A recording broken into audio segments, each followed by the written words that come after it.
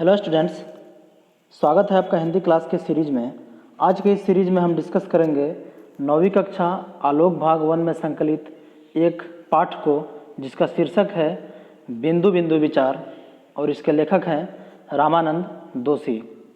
बिंदु बिंदु विचार से यहाँ आशय है लेखक ने बहुत से विचार को बिंदु के रूप में यानी पॉइंट में प्रस्तुत किया है, यानी पॉइंट टू पॉइंट थॉट जिसका शीर्षक रखा गया है। और इसमें हम दो बिंदुओं यानी दो पॉइंट पर चर्चा करेंगे। पहला बिंदु है वाणी और व्यवहार और दूसरा है पारसमणि। तो आइए सबसे पहले बिंदु या फिर पहले पॉइंट को समझते हैं जो एक निबंध के रूप में है।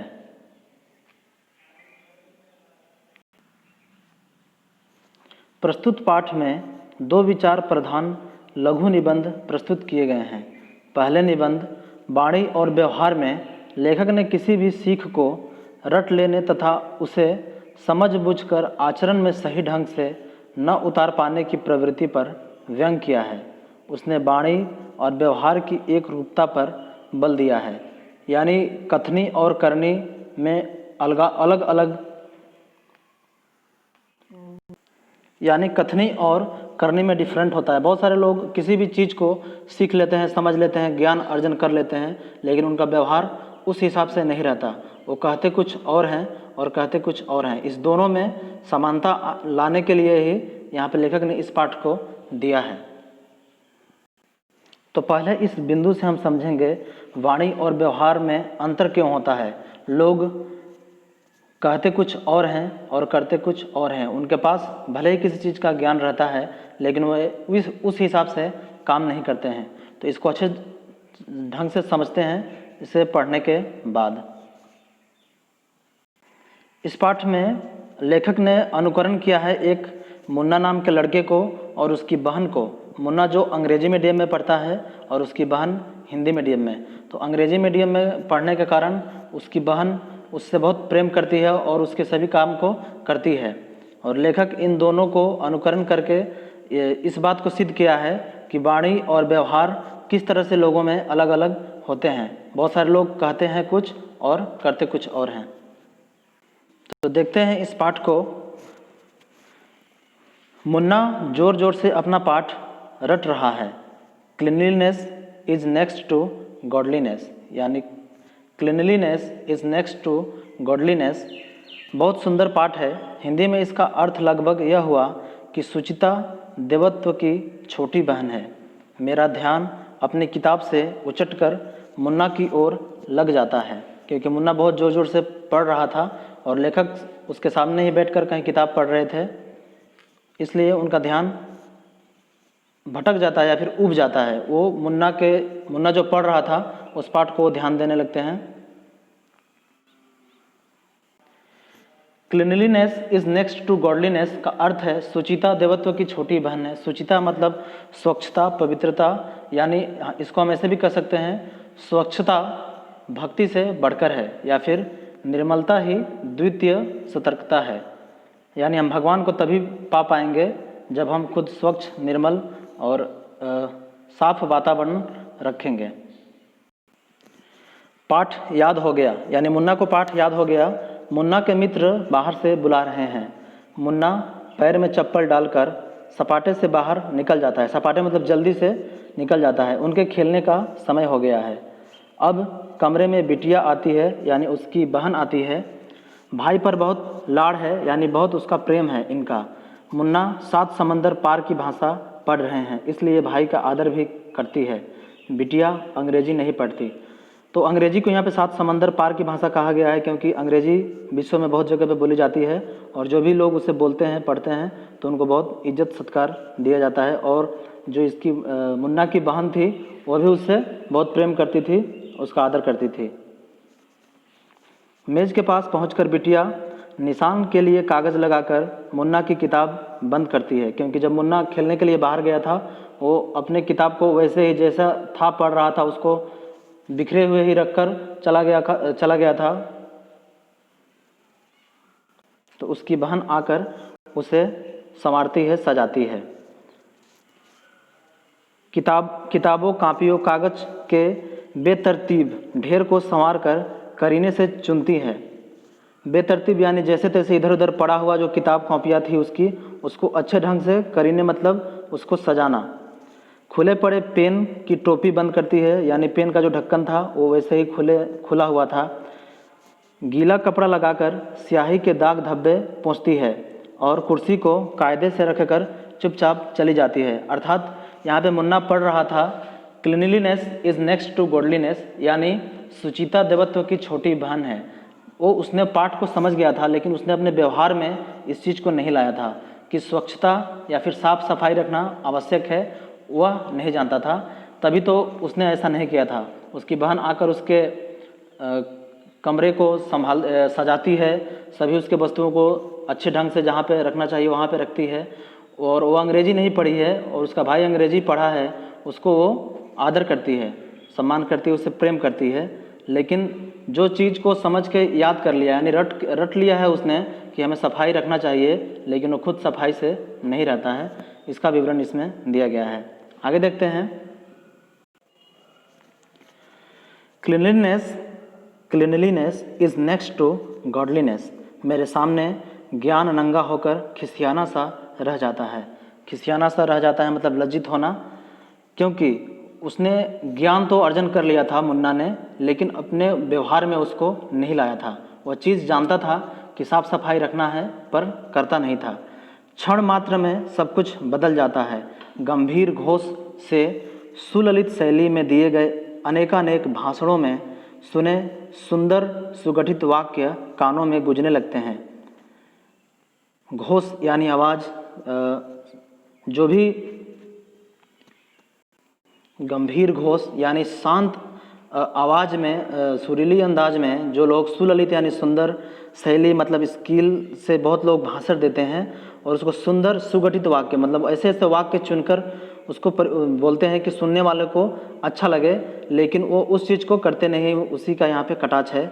मनमोहनी जिल्द की शानदार छाप वाली पुस्तकों में पढ़े कलापूर्ण अंश आँखों के आगे तैर जाते हैं। मनमोहनी यानी मन को भाने वाला, जिल्द यानी किसी पुस्तक के ऊपर जो कवर होता है उसे जिल्द कहा जाता है।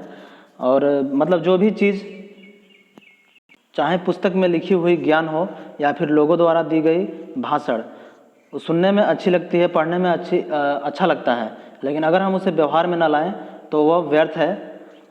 प्रवचन और अध्ययन सब बौने हो गए हैं। आचरण की एक लकीर ने सबको छोटा कर दिया है।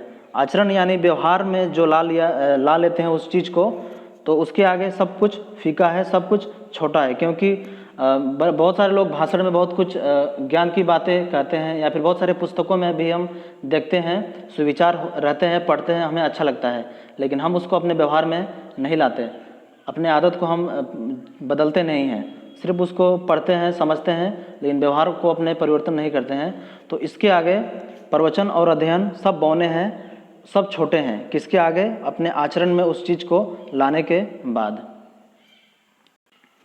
ज्ञान चाहे मस्तिष्क में रहे या पुस्तक में, वह चाहे मुंह से बखाना जाए या मुद्रण के बंदी खाने में रहे, आचरण में उतरे बिना विफल मनोरथ है। मस्तिष्क मतलब माथा, जो ज्ञान है वो मस्तिष्क में रहे या पुस्तक में, या मुंह से बखाना जाए या फिर मुंह से कहा जाए, या मुद्रण के बंदी खाने में। मुद्रण यानी जो प्रिंटिंग जो बुक है, बंदी खाना का अर्थ जेल होता है, लेकिन यहाँ पे किताब घर या फिर पुस्तकालय से यहाँ पे आशय है। तो जो भी चीज़ें हैं, अगर हम ज्ञान को अपने दिमाग में रखते हैं या फिर पुस्तक में रहता है या फिर किसी भी किताब में लिखा हुआ है, और जब तक हम उसे आचरण में यानी अपने व्यवहार में ना लाएं तो वह विफल है। विफल मनोरथ यानी मनोकामना, जो भी हम चीज़ जानते हैं वह व्यर्थ है। धर्म और राजनीति, समाज और व्यवहार के क्षेत्रों में विविध मंचों से उपदेश देने वाले मुन्नाओं, केवल कंठ से मत बोलो, हम तुम्हारे हृदय की गूंज सुनना चाहते हैं। वाणी और व्यवहार में समता आने दो, हम वास्तव में तुम्हारे समक्ष श्रद्धानत होना चाहते हैं। यानी बहुत सारे लोग धर्म के प्रचारक हैं, राजनीतिक के प्रचारक हैं, समाज सुधारक हैं, और बहुत ही लोगों को दिलासा दिलाते हैं, बहुत व्यवहार की बातें करते हैं कि कैसे रहना चाहिए, क्या करना चाहिए, लेकिन वो सिर्फ कहते हैं वैसा करते नहीं हैं। वो सिर्फ कंठ से यानी मुख से बोलते हैं, लेकिन उनके दिलों में कुछ और ही चलता है। वो सिर्फ लोगों को वे धोखा ही देते हैं। तो यहाँ पे लेखक कहना चाहते हैं कि अगर उनकी जो कंठ से निकलने वाली बोली और हृदय की बोली जो उनके मन में अंदर हृदय में है और उनके जुबान पर भी वही चीज़ है, अगर जो सोचते हैं वही बोलते हैं और वही करते हैं, तब उनके सामने ये अपना सर झुकाएंगे, वरना नहीं। यानी बहुत सारे नेता लोग कुछ कुछ लोगों से कहते हैं लेकिन वैसा करते नहीं हैं। तो लेखक चाहते हैं उनकी वाणी और उनके व्यवहार में समता यानी दोनों में बराबरी आए, तभी उनके समक्ष यानी तभी उनके सामने हम श्रद्धानत हो सकते हैं, उनके सामने हम अपना सर झुका सकते हैं कि उनके जो मन में है, जो हृदय में है, वही कहते हैं और लोगों के लिए वही करते भी हैं। तो दोनों में अगर जब बराबरी आ जाएगी तब वे इज्जत के हकदार हो पाएंगे। तो फिर मुन्ना से भी यह आग्रह करते हैं, मुन्ना पाठ को रटो मत, उसे अपने अंदर संभालो। बहुत सारे विद्यार्थी लोग ऐसे होते हैं जो पाठ को रट के याद कर लेते हैं, अच्छे अच्छे मार्क भी पा जाते हैं, अंक भी पा जाते हैं, लेकिन अपने व्यवहार में उसे नहीं ला पाते। इसलिए पाठ को समझना चाहिए, उसे रटना नहीं चाहिए। बात को मुंह से और समय को घर से बाहर निकालने से पहले इन दाग धब्बों को पोंछ लो जो तुम्हारी असावधानी से चारों ओर पड़ गए हैं। यानी कोई भी चीज़ हमें कहने से पहले सोचना चाहिए कि उसका क्या प्रभाव पड़ेगा औरों पर, या फिर हम जो भी चीज़ करते हैं वो सही मायने में समाज के लिए एक्सेप्टेबल है या फिर सभी लोग उसे आसानी से ग्रहण कर सकते हैं। तो इसको हमें ध्यान देना चाहिए अपनी वाणी पर, और ख़ास करके जो भी हम कहते हैं, और उसी पे हमें रहना भी चाहिए। सिर्फ कहने से कोई महान नहीं बनता, कहने के साथ साथ उसी चीज़ पे हमें अटल भी रहना चाहिए। दूसरा बिंदु है पारसमणि या निबंध के रूप में इन्होंने इसको प्रस्तुत किया है। तो पारसमणि एक ऐसी मणि है जिसके स्पर्श से लोहा सोना हो जाता है। तो इसके संबंध में लोगों के व्यवहार को, उनके कुशलता को लेखक ने बताया है कि हर इंसान के अंदर ही उसका व्यवहार, उसका कुशलता ही पारसमणि है। यानी हम अपने व्यवहार से ही सब कुछ पा सकते हैं, किसी मणि से नहीं। तो इसका संदेश ऐसे है, पारसमणि निबंध में लेखक ने प्रत्येक व्यक्ति को अपने भीतर छिपी पारसमणि को पहचानने के लिए परामर्श दिया है। लेखक की दृष्टि में यह पारसमणि है हमारी सेवा भावना, हमारा अपना परिश्रम और लगन। ऐसी पारसमणि के स्पर्श से मन चाहा सोना बनाया जा सकता है, वांछित उपलब्धि प्राप्त की जा सकती है, यानी जो चाहे हम वो प्राप्त कर सकते हैं। किंतु इसके साथ ही उसने हमें यह चेतावनी भी दी है कि सोना बनाते समय मन की शुद्धता अनिवार्य है, अन्यथा सोने की मदकता यानी उसकी नशा, घमंड तथा उसे और अधिक पाने का लालच हमें विनाश की ओर ले जा सकता है।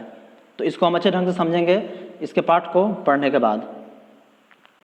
तो लेखक यहाँ पर धनी होने के लिए या फिर बहुत सारे धन दौलत के लिए पारसमणि जो एक मणि को ढूंढ रहा था कि उसको कैसे पाकर सभी लोहे को सोना बनाकर या फिर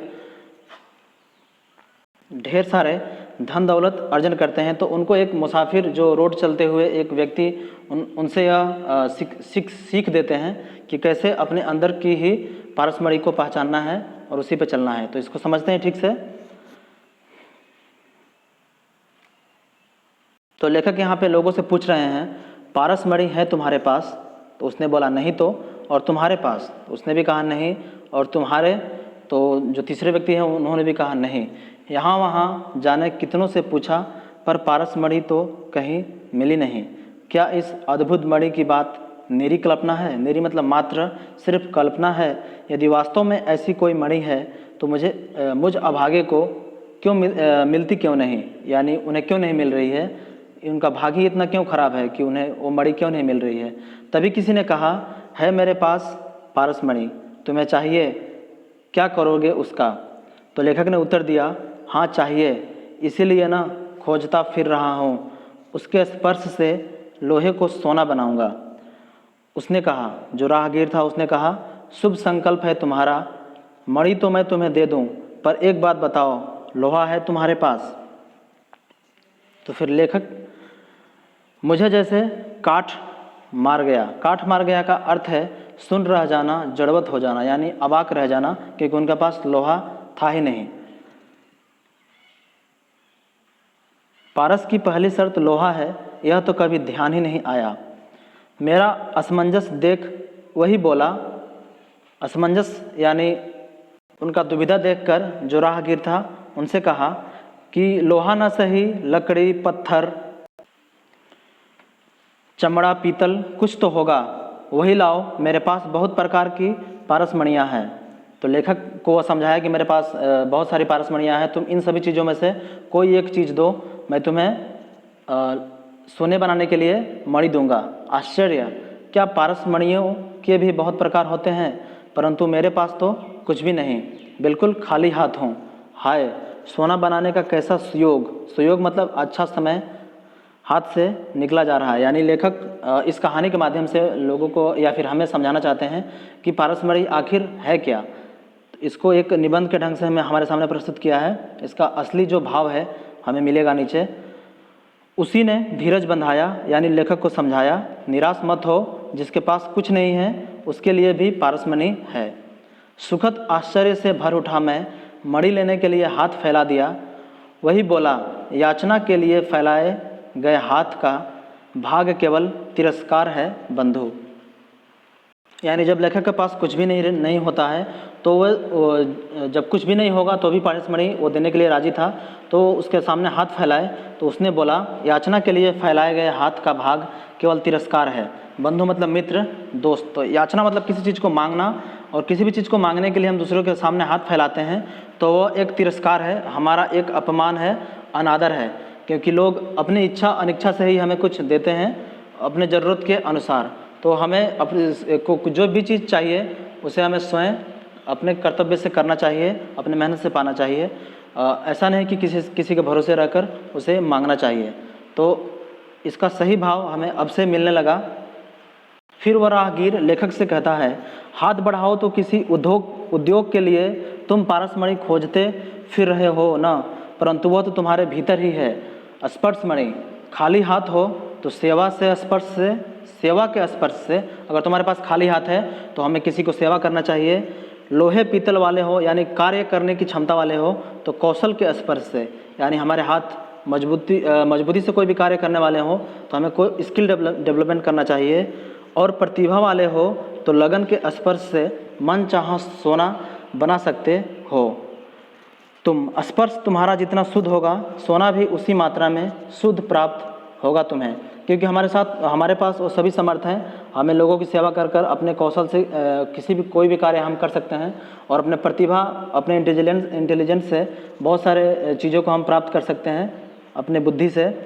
तो जितना शुद्ध तुम्हारा स्पर्श होगा, यानी जितने शुद्धता से हम उस कार्य को करेंगे उतना ही सोना हमें उसका शुद्ध सोना मिलेगा। यानी यहाँ पे सोना से अर्थ है फल, यानी जितने हम कर्तव्य अच्छाई के लिए करेंगे हमें फल भी उतना मिलेगा अच्छे कार्य के लिए। कुल मिलाकर अपने कर्तव्य से किया गया जो भी कार्य अगर हम अच्छाई के लिए करते हैं तो हमें उसका फल भी अच्छा ही मिलता है। मैं धन्य होकर लौटने लगा तो उसी ने टोका, गुर सिखाया है इसलिए यह पूछने का अधिकार है मेरा, सोना बनाकर उसका करोगे क्या। तो जब इन्होंने उससे सीख ले लिया कि हमारे पास ही सारी पारसमणि है, हमारे अंदर ही हम अपने कर्तव्य से सब कुछ पा सकते हैं, क्योंकि जितने भी लोग जितने भी धन दौलत वाले हुए हैं सभी अपने सामर्थ्य के अनुसार से ही हुए हैं।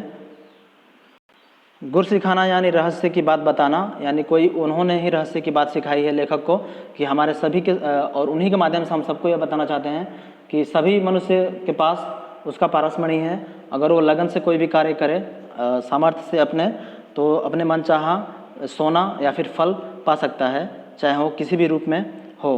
तो उन्होंने प्रश्न पूछा, तुम सोना बनाकर उसका करोगे क्या। मैं हतप्रभ रह गया। यह भी कोई प्रश्न हुआ भला।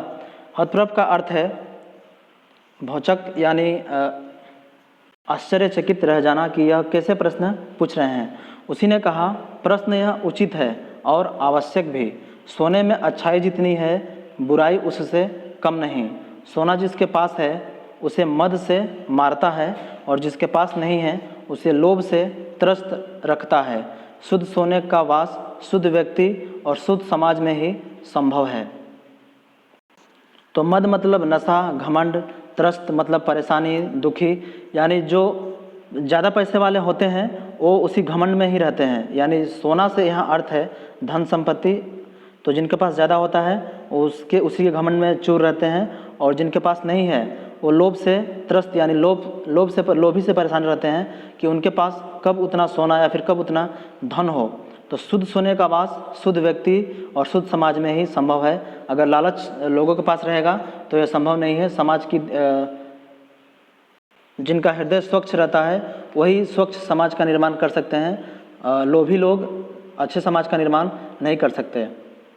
इस पाठ से हमने समझा कि पारसमणि सभी के पास है, अपने सामर्थ्य के अनुसार हमें कार्य करना चाहिए लगन से, तो हम सभी चीज़ को सोना जितना चाहें उतना पा सकते हैं, यानी जितनी संपत्ति चाहें हम पा सकते हैं मेहनत और लगन से कोई भी कार्य करके। तो आशा है आपको यह पाठ अच्छे ढंग से समझ में आया होगा। नेक्स्ट सीरीज में हम इसके प्रश्न उत्तर को सॉल्व करेंगे, उसमें आपको यह पाठ और अच्छे से ढंग से समझ में आ जाएगा। तो मिलते हैं नेक्स्ट सीरीज में, तब तक के लिए धन्यवाद।